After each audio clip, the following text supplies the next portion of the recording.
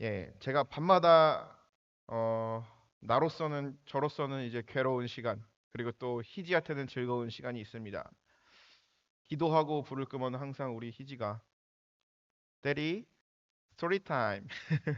근데 희지는요, 이제 영어로 해주는 이 스토리 타임을 좋아하는데 엄마가 해주는 스토리 타임보다 아빠가 해주는 스토리 타임을 더 좋아해요. 나 영어도 못하는데 왜 그럴까? 그런데 아무래도 이제 희지랑 저랑 이제 언어의 레벨이 비슷해서 그러지 않을까라는 그런 생각을 가져봅니다. 희지야, 스토리 타임. 예. 그래서 오늘은 어, 여러분들에게 설교를 하는데 앞서서 한 가지 스토리 타임을 시작하도록 하겠습니다. 옛날에 한 왕이 있었어요. 그 왕은요, 키도 크고 잘생기고 아주 힘도 세고 건강했습니다. 젊었어요. 그렇기 때문에 자기가 원하는 것은 뭐든지 다 가질 수 있었고, 그리고 또 모든 사람들은 그의 인격을 상당히 존경했어요. 그런데 이 왕은요, 아직 결혼을 하지 않았어요. 결혼 상대가 마땅치 않았나 봅니다. 하루는 이제 백성들이 어떻게 사는지 보기 위해서 세상으로 나왔습니다. 그런데 이 왕이요, 한 여인을 보고 사랑에 빠지게 됩니다. 사랑에 빠지게 되면은 계속 생각이 나고, 그리고 또 그리워지고 그러면서 뭐 이렇게 병도 생기죠. 그런데 이 왕에게도 그런 순간이 찾아온 것입니다. 살면서 나 인생 처음으로 누군가를 좋아하게 된 것이죠. 그러면서 고민에 빠져 있는 왕을 보면서 신하들이 묻습니다. 왕이시여, 왜 그러십니까? 무슨 문제가 있으십니까? 왕은 신하들에게 얘기합니다. 아, 사실은 얼마 전에 성 밖으로 나가서 한 여인을 보게 되었는데 그 여인에게 사랑에 빠진 것 같소. 근데 그 여인은 어떠한 여인이냐면은 농부의 딸이었습니다. 옷은 누더기 같은 옷을 입고요. 그리고 또 농부의 딸이니까 그 당시에 농사를 졌었겠죠. 그리고 뭐 이렇게 잘 씻을 수 없었잖아요. 뭐 이렇게 꾀죄죄하고 그런 여인이었는데 마치 솔로몬 왕이 술람미 여인을 좋아하는 것처럼 이 왕은요 그 여인에게 사랑에 빠졌어요. 그러면서 한 신하가 이렇게 얘기합니다. 왕이시여, 왕이시여, 그 나이 땐 그럴 수 있습니다. 제가 왕을 위해서 그 여인을 데려다가 깨끗하게 씻기고 옷도 입히고 그리고 또 주얼리로 뭔가 이렇게 화려하게 이렇게 뭐라 그래야 돼? 화려하게 이렇게 해가지고 왕에게 모시겠습니다. 그러자 왕은요 신하의 부, 그 신하의 말을 거절합니다. 그 이유는 만약에 이 여인을 사랑하게 되는데 마치 내가 가지고 있는 힘과 돈과 권력으로 이 여인의 마음을 갖는다면 그것은 진짜 사랑이 아니라고 생각을 했어요. 그렇기 때문에 거절합니다. 왕도 알고 있었습니다. 신분 차이가 너무 나는 거예요. 왕은요 귀족이고 그리고 또 그 나라를 대표하고 그 나라를 다스리는 인물입니다. 근데 이 여인은요 농부의 딸이었어요. 둘 사이의 갭이 너무 큰 거예요. 그런데 왕은요 결심을 내립니다. 그 결심은 바로 무엇이냐면 이 여인의 마음을 사기 위해서 왕의 자리에서 잠깐 내려와 그 여인이 사는 마을에서 집을 얻은 다음에 농부의 삶을 사는 겁니다. 농부의 삶을 살면서 그 여인과 똑같은 누더기 옷을 입고 농부들이 먹는 것을 먹으면서 그리고 또 땀을 흘려가면서 열심히 이 사랑을 하게 되었다라는 이야기입니다. 참 말도 안 되는 이야기인 것 같죠. 예, 저도 말도 안 되는 이야기를 굉장히 많이 지어냅니다. 하지만 이 이야기는요, 말도 안 되는 이야기인 것 같지만, 우리가 잘 알고 있는 실존주의 철학자 제렌 키에르케코르가 예수님의 성육신에 대해서 설명을 할 때 이 예화를 썼다라고 합니다. 왜 성육신에 대해서 이야기할 때에 이렇게 우화 같은 동화 같은 말도 안 되는 이야기를 하면서 사람들에게 예수님의 성육신의 사건은 이런 것이다라고 설명을 했을까요? 그 이유는 예수 그리스도의 성육신 사건은요, 우리의 논리와 이성으로 이해하는 게 불가하기 때문이죠. 예수 그리스도께서 하나님의 아들이 이 땅에 오셔서 인간의 몸으로 오셔서 우리를 위해서 죽으시 삶을 사시고 우리를 위해서 죽으시고 부활하신 사건. 이 성육신의 사건은요, 논리적으로 이해할 수 없는 신비한 일이기 때문에 그것을 믿음의 차원에서 우리가 받아들여야 되기 때문에 이렇게 많은 우화를 사용해서 설명하지 않았나라는 생각이 듭니다. 성경이 다른 종교와 다르게 보여주는 신관이 있습니다. 다른 종교와 분명히 차별되는 것입니다. 그것은 바로 무엇이냐면 성경에서 소개하는 하나님은요 가장 높이 계신 분입니다. 가장 힘 있는 분이십니다. 그런데 가장 약한 모습으로 가장 작은 자가 되어서 우리에게 왔다라는 것이죠. 그분은 바로 하나님의 아들 예수 그리스도입니다. 이것이 바로 우리가 2주 동안 나누고 있는 이 성육신 그리고 이 성탄절기의 가장 중심에 있는 말씀인 것이죠.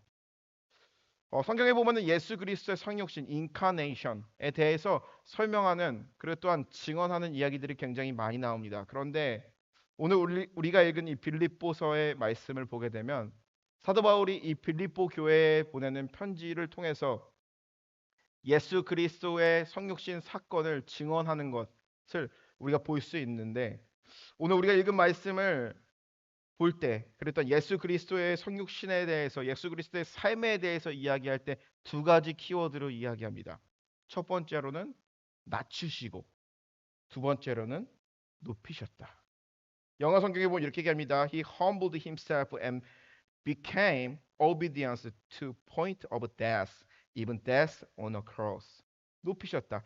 Therefore, God also highly exalted him and gave him the name that is above every name. 오늘 본문의 8절을 보게 되면 이렇게 하죠. 사람의 모양으로 자기를 낮추셨다라고 얘기하죠. 그리고 6절에서 8절 모습을 보게 되면은 어, 전반부의 키워드는 예수님께서 자기 자신을 낮추셨다라고 이야기합니다. 그리고 9절부터 11절의 말씀을 보게 되면은 이러므로 하나님이 그를 자기를 낮추신 그 예수님을 하나님이 그를 지극히 높였다라고 얘기합니다. 지극히 높였다라는 것은 바로 어떤 것입니까? 모든 이름 위에 뛰어난 이름이 될 것이다 라고 하며 모든 피조물 위에 계신 분이라고 하나님께서는 증언합니다. 여기서 우리가 알 수 있는 것은 바로 무엇이냐면 예수님께서 이러한 하늘의 영광 그리고 또 우리에게 구원의 선물을 주시기 위해서 가장 먼저 했던 것은 자신을 낮추셨다라는 것이죠. 여기서 우리는 신앙적인 역설을 또 만나게 됩니다. 이것은 바로 무엇이냐? 진정 높아지기 위해서는 먼저 낮아져야 한다라는 것입니다. 오늘 우리의 삶을 바라보게 되면요. 우리가 사는 세상을 바라보게 되면은 높아지려고 그런 출세하려고 하는 이 시대 속에서 살아가고 있습니다. 그런데 하나님께서 우리를 이 자리에 부르셨다라는 것, 그리스도인으로 불렀다는 것, 예수님의 제자로 불렀다라는 것은요, 낮아짐으로 부름을 받았다라는 것입니다. 그렇다면은 예수님께서 행하신 그리고 우리가 따라야 하고 부름받은 그 낮아짐의 삶을 살기 위해서 우리는 스스로 두 가지 질문을 던질 필요가 있습니다. 오늘 설교의 핵심 포인트죠. 첫 번째로는요, 예수님이 자기 자신을 낮추신 이유는 과연 무엇일까? 두 번째로는요, 우리가 예수님처럼 낮아질 수 있는 방법은 어떤 것일까? 예수님이 낮아졌다라는 것은요, 인간의 모습으로 성육신했다라는 것입니다. 우리가 예수님과 성육신한 예수님처럼 살아가기 위해서는 어떻게 해야 될 것인가? 그리고 그 의미가 무엇인지 여러분들과 함께 나눠보도록 하겠습니다. 첫 번째 질문이죠. 예수님께서 낮아지신 이유. 그것에 대한 첫 번째 대답은요. 우리를 섬기기 위해서 낮아지셨다는 것이죠. 오늘 본문 7절에 보게 되면 얘기합니다. 하나님과 동등이신 예수께서 자신을 비우시고 이 땅에 오셔서 종의 형체를 나타내셨다라고 얘기합니다. 종이 하는 일은 무엇입니까? 섬기는 일을 하는 사람들입니다. 그러나 섬기기 위해서 자신을 낮추셨다라는 것이죠. 이 말은 우리가 누군가를 섬기기 위해서는 자신이 낮아지지 않고서는 섬길 수 없다라는 것이죠. 우리가 복음서의 말씀을 보게 되면은 예수님이 섬김의 표본을 제 아들에게 보인 사건이 있습니다. 그것은 요한복음 13장에 나오고 있는 말씀이죠. 예수님께서 자신의 솥으로 제 아들의 발을 닦아주신 것이죠. 예수님께서도요. 자신의 죽음이 이제 가까이 왔다라는 것을 직감하셨습니다. 그리고 제자들에게 예수님의 제자라면 과연 어떠한 삶을 살아야 할 것인지에 대해서 알려주기 위해서 어떻게 보면 그들에게 마지막으로 커맨드먼트를 줬던 것이나 아니면은 그들에게 마지막으로 예수의 삶을 가르쳐 주기 위해서 했던 것일지도 모릅니다. 그들의 발을 씻겨 주셨습니다. 우리 머릿속으로 한번 상상해 보세요. 제 아들의 발을 씻겨 주시는 예수님의 모습. 예수님은 제 아들의 발을 씻겨 주기 위해서 자신의 허리를 구부려야만 했습니다. 예수님이 제자들을 향하여서 먼저 낮추셨습니다. 이것은 우리에게 중요한 메시지를 줍니다. 낮추기를 거부하는 사람들은요, 결코 섬길 수 없다라는 것입니다. 그리고 예수님의 제자들이 자신을 낮췄던, 예수님의 제자들도 예수님의 제자로 살아가면서 자신을 낮춘 삶을 살았기 때문에 세상을 변화시킬 수 있었던 것이죠. 우리는 잘 알고 있습니다. 세상의 모든 사람들이 무서워하는 힘, 좋아하는 돈, 그리고 또한 탐욕스럽게 다가가는 권력, 이러한 것들이 세상을 결코 변화시킬 수 없다라는 것이죠. 잠깐은 사람들에게 공포와 선망의 대상은 될 수가 있습니다. 그런데 그것이 세상을 변화시키지는 못합니다. 세상에서 가장 높은 분이시고 권위 있는 분이 결심하신 것입니다. 하나님과 동등한 분이신 예수 그리스도께서 우리를 섬기시기 위해서 가장 낮은 곳으로 오셨던 사건이죠. 그런데 그런 예수님이 자신을 낮추고 섬기는 종으로 오셨다면 우리는 누군가를 섬기지 못할 이유가 과연 있을까요? 그리고 예수님께서는 왜 우리에게 섬김의 삶을 요구하고 계실까요? 섬김의 삶 가운데는 우리에게 큰 기쁨이 있기 때문이라는 것이죠.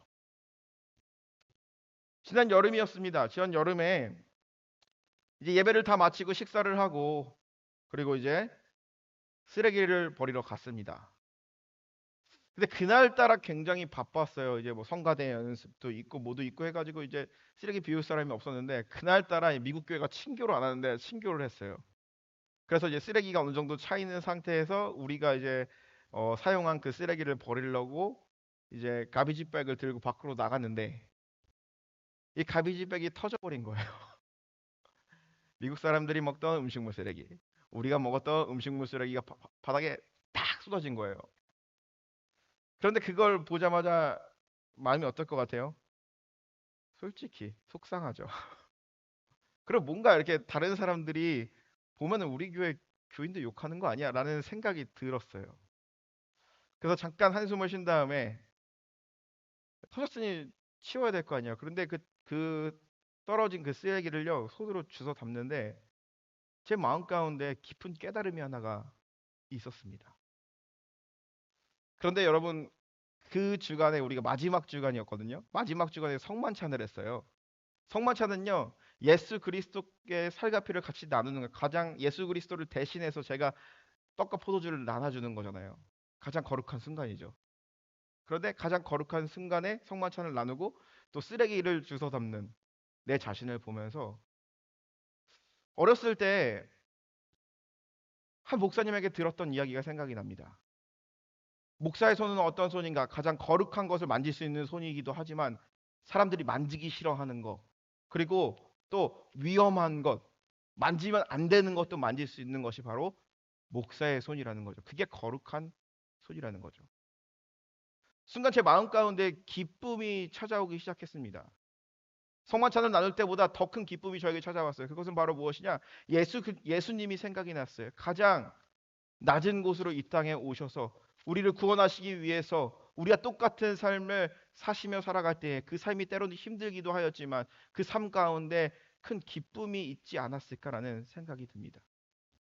저는 그러면서 하나하나 주워 담으면서 또 생각나는 이야기가 하나가 있었습니다.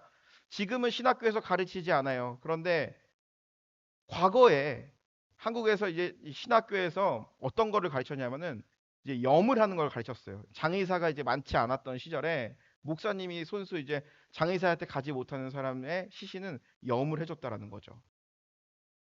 그것이 생각이 났어요. 어떻게 보면은 아주 그냥 작은 일이고 당연한 일이긴 하지만 내가 지금 이 쓰레기 봉투가 터져가지고 하나님께서 나에게 이런 가르침을 다시 한번 리마인드 시키는 거구나. 가장 거룩한 일도 하지만 가장 밑바닥의 일, 아무도 손대기 싫은 일도 내가 해야 된다라는 그런 기쁨이 있습니다. 그런데 그 기쁨은 바로 어디서 옵니까? 낮아짐에서 오는 것이었습니다. 손이라는 것은요, 성만찬을 나누기도 하지만 여러분들과 악수를 하기도 합니다. 그런데 가장 지저분한 것도 만져야 되는 것이죠. 그러면서 이러한 생각이 들었습니다. 그렇다면 예수님의 손은 과연 어떤 손이었을까라는 상상을 해봤어요. 그 짧은 순간에. 예수님은요, 아버지가 목수였어요. 그렇기 때문에 아버지가 목수였기 때문에 예수님도 목수로 살아갔어요. 손이 어땠을까? 카펜터, 목수였어요. 거칠었겠죠. 아마 예수님은요, 네일 가게에서 네일 받아본 적도 없을 거예요. 예수님 오시면 네일 좀 해주세요. 아마 그런 손이 아니었을까. 그런데 그런 손으로요, 아픈 자를 치유해 주시고, 아픈 자를 만져주시고, 마음이 상한 자를 만지셨던 것.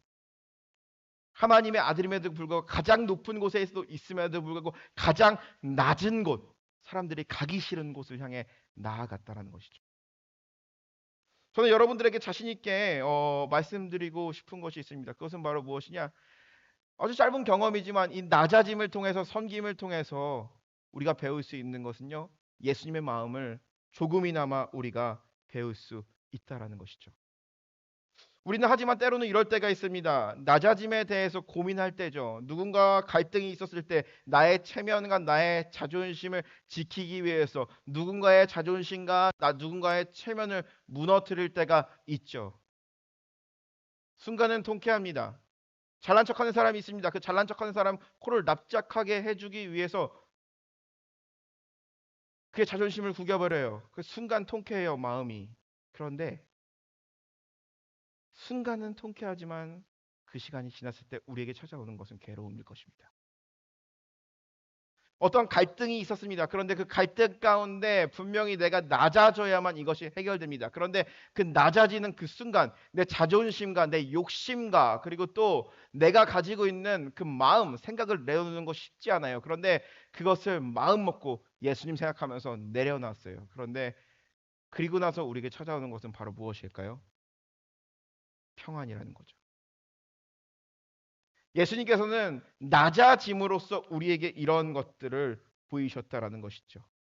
단순한 도덕적인 차원에서 끝나는 것이 아니라 우리는 섬김을 통해서 섬김을 위한 낮아짐을 통해서 예수님의 모습을 통해서 예수님께서 왜 이 땅에 오셨는지의 이유에 대해서 우리는 알 수 있다라는 것이죠. 두 번째로 예수님이 낮아지신 이유. 두 번째는 바로 무엇이냐면은 단순한 도덕적인 목적으로 예수님이 낮아진 것이 아니라 궁극적인 목적이 있어요. 영혼에 대한 구원이죠. 마가복음 10장 45절에 보면 이렇게 합니다. 인자가 온 것은 섬김을 받으려 함이 아니라 도리어 섬기려고 자기 목숨을 많은 사람들의 대속물로 주려 함이니라. 예수님께서 섬기셨습니다. 근데 그 섬김의 절정은 어디입니까? 바로 십자가입니다. 그리고 그 결과 많은 사람들이 속죄함을 얻고 구원을 받게 되었습니다.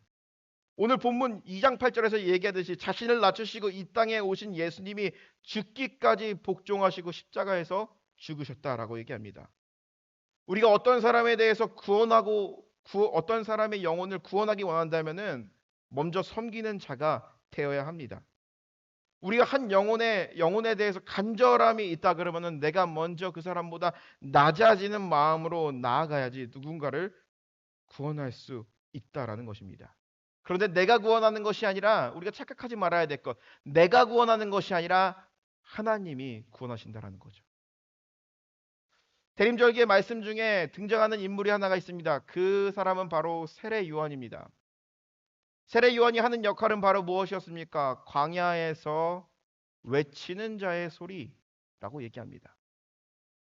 광야에서 외치는 자, 그리고 또 주의 길을 곧게 하는 자라고 성경에 보게 되면 증언을 하게 됩니다. 그것은 바로 무엇입니까? 세례 요한이 주인공이 아니라는 거죠. 세례 요한의 말씀을 통해서 사람들이 마음을 결단하게 되고 예수 그리스도가 드러나게 되고 예수 그리스도를 믿음으로써 많은 사람들이 구원을 받는 것입니다. 우리가 이런 모습을 떠올릴 수가 있습니다. 한 왕이 행차를 합니다. 그런데 그 왕의 행차를 알리기 위해서 아주 나팔을 잘 부는 나팔수가 아름다운 나팔을 붑니다. 모든 사람들은 그 사람을 나팔 소리를 듣고 왕이 있는 쪽을 쳐다봅니다. 그리고 이 나팔수의 나팔 소리는 사라져 버립니다. 그리고 왕이 왔다는 사실을 알게 되는 거죠. 그처럼 우리의 삶도 마찬가지라는 것이죠. 누군가를 구원하기 위한다면, 누군가에게 예수 그리스도의 복음을 전하기 원한다면, 누군가의 영혼에 대한 간절함이 있다 그러면은 낮아져야 한다라는 것이죠. 근데 그 낮아짐과 겸손으로 내 자신이 드러나는 것이 아니라 예수 그리스도가 드러나야 한다라는 것입니다. 그것이 바로 우리가 영혼에 대한 갈망을 가지는 그 이유 중에 하나이고, 우리가 그리스도인으로서 가져야 할 마음입니다. 예수님께서 죽기까지 복종하셔서 십자가에서 죽었듯이 우리가 누군가에 대해서 영혼에 대한 갈망과 아쉬움이 있다면 그런 마음으로 나아가야 한다라는 것이죠. 우리가 예수님을 믿고 우리가 그리스도인이라고 얘기하지만 다른 누군가의 구원에 대해서 전혀 관심이 없다 그러면, 어느 누구 한 명이라도 한 명의 구원에 대해서 전혀 관심이 없다 그러면 우리 믿음을 한번 되돌아볼 필요가 있다라는 거죠. 진정한 그리스도인들은요, 예수님의 사람들은요, 나 혼자만의 구원을 챙기는 것이 아니라 다른 이들의 구원을 위해서 기도해야 됩니다. 그리고 또한 낮아짐으로써 예수님의 모습을 드러내야 된다는 것이죠. 두 번째 질문입니다. 첫 번째 질문은 바로 뭐였죠? 예수님이 낮아진 이유는 바로 무엇이었을까? 그것은 바로 우리에게 구원을 주기 위해서 낮아진 거죠. 그런데 그 두 번째 질문입니다. 그러면 우리가 예수님처럼 낮아지는 삶을 살기 위해서는 어떠한 삶을 살아야 될 것인가라는 질문입니다. 첫 번째로는 나 자신을 비우는 것입니다. 7절에 보게 되면 예수님께서 자신을 낮추기 위해서 한 것은 바로 무엇입니까? 자신을 비웠다라고 얘기합니다. 우리가 이 자기 비움이라는 말 있잖아요. 비움이라는 것은요, 세상의 많은 종교에서 사용되는 말 중에 하나입니다. 예를 들어서 불교에서도 뭔가 이렇게 집착에서 벗어나라, 그리고 또 고통에서 집착에 대한 고통에서 벗어나야지 깨달음을 얻을 수 있다라고 이런 얘기를 하죠. 힌두교에서도 보면은 이런 게 있어요. 힌두교를 보게 되면 이제 브라만과 아트만이라는 게 있는데, 브라만이라는 것은 이제 온 지구를 의미합니다. 온 세상. 아트만은요, 내 자신을 의미해요. 그런데 힌두교에서 말하는 신가는요, 이 자신을 비움으로써 이 아트만인 내 자아와 온 지구가 하나가 되었을 때에 그때 비로소 구원을 받는다라고 그들은 믿습니다. 도교에서도 마찬가지죠. 무위라는 개념이 있죠. 자연의 흐름에 따라 살아고 욕망을 버리고 살아가는 삶을 얘기하죠. 그런데 이러한 종교들과 다르게 기독교에서 말하고 있는 자기 비움, 헬라어로는 케노시스라고 합니다. 이 케노시스는 바로 어떤 것이냐? 그리스도를 통해서 볼 수가 있는데 이것은 겸손과 희생을 말하는 것입니다.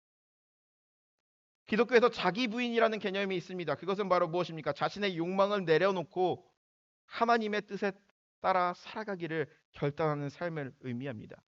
예수님을 말씀하시죠. 누구든지 나를 따라오려거든 자기를 부인하고, 내 자신을 부인하고 자기 십자가를 지고 나를 따르라. 예수님은 자신의 신성을 버리고 인간의 모습으로 오셔서 십자가에서 죽으심으로써 인류를 구원하셨던 이 사건을 의미하는 것이죠. 이 개념은 기독교 신앙에서 핵심 중에 하나로 모든 사람들에게 자신을 비웠다, 누군가를 위해서 자신을 비우고 희생의 삶을 이야기하고 있는 것입니다. 그런데 분명한 것은 예수님이 자신을 비우셨다라고 해서 자기의 본질을 포기한 것은 아닙니다. 본질을 포기했다. 예수님께서 이 땅에 오셔서 있었을 때에 하나님의 아들, 하나님이라는 그 본질을 포기했다라는 것이 아닙니다. 예수님께서 이 땅에 오셔서 신성을 포기한 것이라면 예수님의 삶을 우리가 비춰봤을 때 예수님은 그냥 세인트, 성인에 불과한 것이죠. 우리의 구원자가 될 수가 없습니다. 그렇지만 예수님께서 이 땅에 오셔서 살았던 그 포기는 과연 무엇일까요? 자신이 할 수 있음에도 불구하고 해도 됨에도 불구하고 그 특권을 포기했다라는 것이죠. 예수님께서 공생애를 시작하시기 전에 사단에게 시험을 받습니다. 배고플 때 이 돌들을 떡으로 만들어 봐라 라는 유혹을 하죠. 두려울 때 높은 곳으로 데려가 가지고 뛰어내리라고 하죠. 너의 능력을 발휘해봐. 천사들이 도와줄 거야. 광야 한복판에서 이 사단은요 예수님을요 온 천하가 보이는 곳에 세운 다음에 나에게 한 번만 절하라면 이 모든 것은 너에게 줄게라고 예수님을 유혹하죠. 그런데 예수님은요 이 모든 것을 할 수 있고 해도 되고 하면 좋음에도 불구하고 하지 않으세요. 하나님의 아들로서 쓸 수 있는 그 특권을 포기했다라는 것입니다. 그것이 진정으로 자기 비움이라는 것이죠.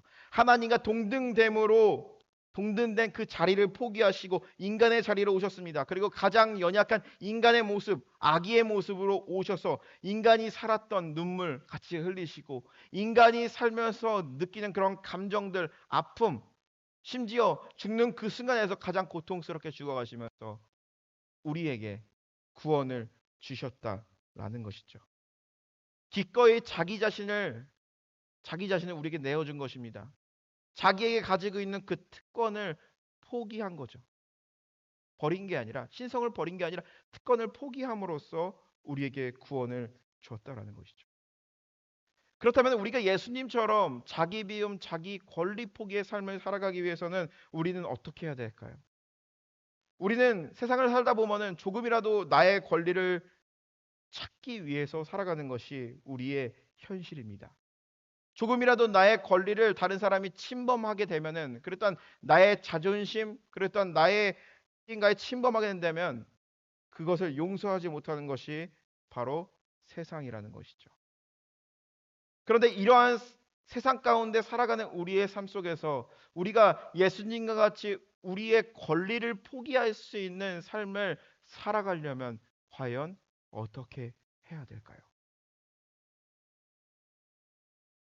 예전에 제가 미국에 처음 왔을 때 이제 그때는 이제 목회를 시작하기 전이었습니다. 그렇기 때문에 이제 뭐 다양한 교회를 다녀봤어요. 그런데 이제 한 교회를 갔는데요. 그 교회는 이제 선교적 교회를 지향하는 그런 교회였어요. 그렇기 때문에 관심이 있어서 그 교회를 갔어요. 그래서 제가 말하자면 대학원 때 한국에서 대학원 때 이제 제가 논문을 쓴 게 뭐냐면은 포스트 모던 시대에 있어서의 선교적 설교. 내용은 이런 겁니다. 포스트 모던 시대 뭐 다 자기 잘났다고 하는 세상이고 그리고 뭔가 한 사람이 말한다고 말을 듣는 세상도 아니고 만약에 절대적인 권력이 있다면 그것을 해체해 버리는 것이 포스트 모던 사회고 포스트 모던 사람들이 살아가고 있는 우리의 현실인데 이 현실 속에서 기독교가 하나님의 복음을 전할 때 그러한 사람들이 어떻게 하면은 선교사적인 삶을 살아갈 수 있을지에 대해서 쓴 것이 바로 제 대학원 논문이었어요. 그런데 선교적 설교였는데 이 선교적 설교의 사례를 찾는 것들이 굉장히 어려웠어요. 근데 그 당시에는 이제 뭔가 현실적이기보다는 뭔가 이 사회 정의를 추구하고 세상을 바꾸고자 하는 사람들, 목사님들의 설교를 많이 인용을 했던 것 같아요. 한 부분들을. 근데 저는 어떻게 보면 큰 걸 봤죠. 세상을 변화시키려면 이렇게 설교를 해야 되고 사람들이 이렇게 변화해야 된다. 이렇게 생각을 했습니다. 그런데 그 당시에 제가 미국에 처음 왔을 때 이 목사님의 설교를 들었을 때 제 마음 가운데 다가온 것이 있었어요. 목사님이 그날 설교 제목은 바로 뭐였냐면 선교적인 삶을 살자. 그리고 선교적인 삶을 살기 위해서는 어떻게 해야 되는가? 목사님이 교인들에게 권면을 하는 겁니다. 저도 여러분들에게 권면을 할게요. 여러분 쇼핑을 하러 마트에 갔습니다. 코스코, 뭐 샵라이트 뭐 갔어요. 그런데 여러분들 주차를 해야 되잖아요. 그런데 주차를 할 때 어디에 합니까? 보통 조금이라도 이제 덜 걸으려고 이제 가장 가까운 데다가 주차를 하는 게 우리의 모습이잖아요. 근데 그 목사님은 그렇게 얘기합니다. 가까운 데 주차하지 마십시오. 멀리다가 주차하고 걸어가십시오. 당신이 주차함에도 할 수 있음에도 불구하고 그것이 걸림에도 불구하고 그것을 포기하고 멀리다가 주차하고 다른 사람에게 그 자리를 양보하세요. 그리고 걸어오면서 사람들을 만나세요. 그리고 그 가운데 복음을 전하세요. 저는요, 이 선교사적인 삶, 이 나의 권리를 포기하는 삶, 자기 비움의 삶이 과연 무엇인지에 대해서 어떻게 보면 이 논문을 쓰면서 굉장히 고민을 하다가 그거에 대한 답을 못 찾았어요. 그런데 진리는 아주 가까운데 있었다라는 것이죠. 자기 비움의 삶을 산다라는 거, 우리가 선교사를 나가거나 뭔가 이렇게 뭐 나가가지고 엄청난 봉사활동을 하거나 그런 것이 아니라 우리의 삶을 통해서 자신을 비우셨던 예수 그리스도의 성육신의 삶, 자기 비움의 삶을 우리는 살아갈 수 있다라는 것이죠. 선교사적인 삶을 살아갈 수 있다라는 것이죠. 주차할 수 있음에도 가까운데, 가장 가까운 자리에, 조금밖에 안 걸어도 되는 자리에 주차할 수 있음에도 불구하고 멀리다 주차하는 거예요. 다른 사람들에게 내어주는 거예요. 그리고 만나는 사람들을 통해서 예수 그리스도의 복음을 전하는 거예요. 예수 그리스도의 복음은 먼 이야기가 아닙니다. 그리고 또한 우리의 삶과 너무나도 동떨어져 있는 이야기가 아니에요. 우리의 삶 가운데 가장 가까운 곳에 있는 것이고, 우리가 가까운 실천을 하며 그 행위의 동기가 예수님을 닮아가고자, 그리고 또한 예수님이 우리에게 보여주셨던 그 모습을, 그 성육신의 삶을 우리의 삶으로 드러내고자 할 때 복음의 능력이 우리의 삶 가운데 나타날 줄로 믿습니다. 아멘. 두 번째로 예수님께서 걸어가셨던 그 자기 비움의 삶을 살아가기 위해서 우리는 과연 어떻게 해야 될 것인가? 두 번째로는 예수님께서는 자신을 죽음의 자리에 주셨던 것처럼 우리 자신도 예수님과 같은 삶을 살아야 된다는 것입니다. 예수님의 섬김의 시작은요, 자기 비움이었습니다. 이런 예수님의 섬김의 마지막 절정은요, 바로 십자가였던 것입니다. 8절의 말씀을 보면 얘기합니다. 자기를 낮추시고 죽기까지 복종하셨으니 곧 십자가에서 죽으심이라. 예수님이 했던 행위는요, 과학적인 순교 행위가 아니셨습니다. 하나님께 복종하기 위해서 그렇게 했다라는 것이죠. 십자가를 단순히 고난의 도구로 봐서는 안 된다라는 것입니다. 예수님께서 십자가에 가신 이유는, 거기서 못 박히신 이유는 그것이 예수님께서 이 땅에 오신 이유였기 때문이라는 것이죠.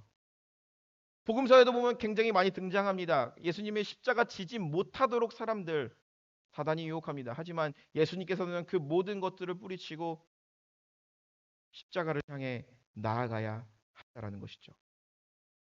예수님의 종의 모습으로 살아야지. 그래 또한 예수님께서 그러한 삶을 살고 십자가에서 죽으셔야만 모든 구원을 이룰 수 있기 때문에 예수님께서는 그러한 삶을 살아갔던 것이죠. 자기 자신을 죽이고 끝까지 견디신 삶. 우리는 이 삶을 보면서 어떤 사람들에겐 예수님처럼 진짜 죽어라라고 말할 수도 있습니다. 우리가 아니길 바래요. 그런데 어떤 우리에게 주는 메시지가 있다 그러면은 우리 자신을 비운다라는 것은 우리 자신을 죽인다라는 것이죠. 내 안에 끓어오르는 욕망, 내 안에 끓어오르는 욕심, 내 안에 끓어오르는 어떻게 보면 타인을 향한 미워하는 마음, 이런 것들을 우리는 날마다 죽이면서 십자가의 길을 걸어갈 수 있어야 된다라는 것이죠. 바울은 고백하잖아요. 갈라디아서 말씀을 보면 내가 그리스도와 함께 십자가에 못 박혔으니 이제는 내가 산 것이 아니요 그리스도 예수 안가 사는 것이니. 예수 그리스도 안의 죽음을 의미합니다. 그런데 그 바울이요 또 로마서의 말씀을 보면 얘기합니다. 나는 날마다 죽노라라고 이야기합니다. 날마다 죽는다라는 말은 어떤 것일까요? 나의 삶이 정말 죽을 것처럼 힘들다, 그런 뜻일까요? 나는 날마다 죽노라라는 것은 바로 어떤 것입니까? 날마다 예수 그리스도의 삶을 살아가기 위해서 내 자신에 있는 죄악된 것들을 죽이는 것이죠. 때로는 예수 그리스도가 만들었던 그 평화를 만들기 위해서 때로는 나의 욕심과 나의 자존심과 체면도 때로는 내려놓을 수 있다라는 것이죠. 잘 나가는 유대인 랍비였어요. 그런데 예수님을 만나고 복음을 전하는 사도가 되었어요. 그런데 그 사도가 되기 위해서 예수 그리스도가 걸어갔던 그 길, 사람들에게 복음을 전파하기 위해서는 예수님과 같은 삶을 살아야지만 됐습니다. 그렇기 때문에 모든 것을 포기해야만 했어요. 그리고 자신이 가지고 있었던 교만과 여러 가지 것들을 내려놓아야만 했습니다. 그러면서 사도 바울은 고백하는 것이죠. 나는 날마다 죽노라. 그리스도 안에서 죽고 내가 그리스도 안에서 다시 태어난다라는 것을 의미하는 것입니다. 바로 이것이 바로 우리가 살아갈 수 있는 발걸음이라는 것이죠. 예수 그리스도를 위해서 죽는다라는 것은요, 내 안에 죄악된 것을 끊임없이 죽고 성육신하신 그 예수 그리스도를 따라가고자 하는 사람입니다. 하버드 대학교에 교수가 한 명 있었습니다. 그런데 그가 어느 날 아주 총망받는 교수이고 인기가 많은 교수였어요. 그런데 어느 날 자신이 서 있던 그 교수의 자리를 내려놓고요. 토론토의 데이브레이크라는 이 지체장애인들이 모인 공동체에서 그들과 함께 먹고 마시면서 그들을 섬기면서 삶을 사는 것을 선택을 합니다. 그는 왜 그랬을까요? 그는 그는 유명한 사제였습니다. 그리고 신학자였어요. 그런데 신학 공부를 하면서 신학을 가르치면서 그의 마음 가운데 염증이 있었던 것이죠. 하나님의 말씀을 가르치지만 나의 삶 가운데 그런 것들이 드러나지 않았을 때 끊임없는 괴리감이 있었습니다. 그렇기 때문에 그는 모든 것을 내려놓고 지체장애인들이 모인 그 공동체에서 섬김의 삶을 살아가기 시작했습니다. 어떻게 보면은 그의 삶은요, 자신의 커리어에 있어서는 죽음을 의미합니다. 그런데 그의 책들을 보게 되면요, 그가 교수였을 때, 그가 지체장애인 공동체에서 평생을 살아가면서 나누었던 책들을 보게 되면은 너무나도 다른 것을 알 수가 있습니다.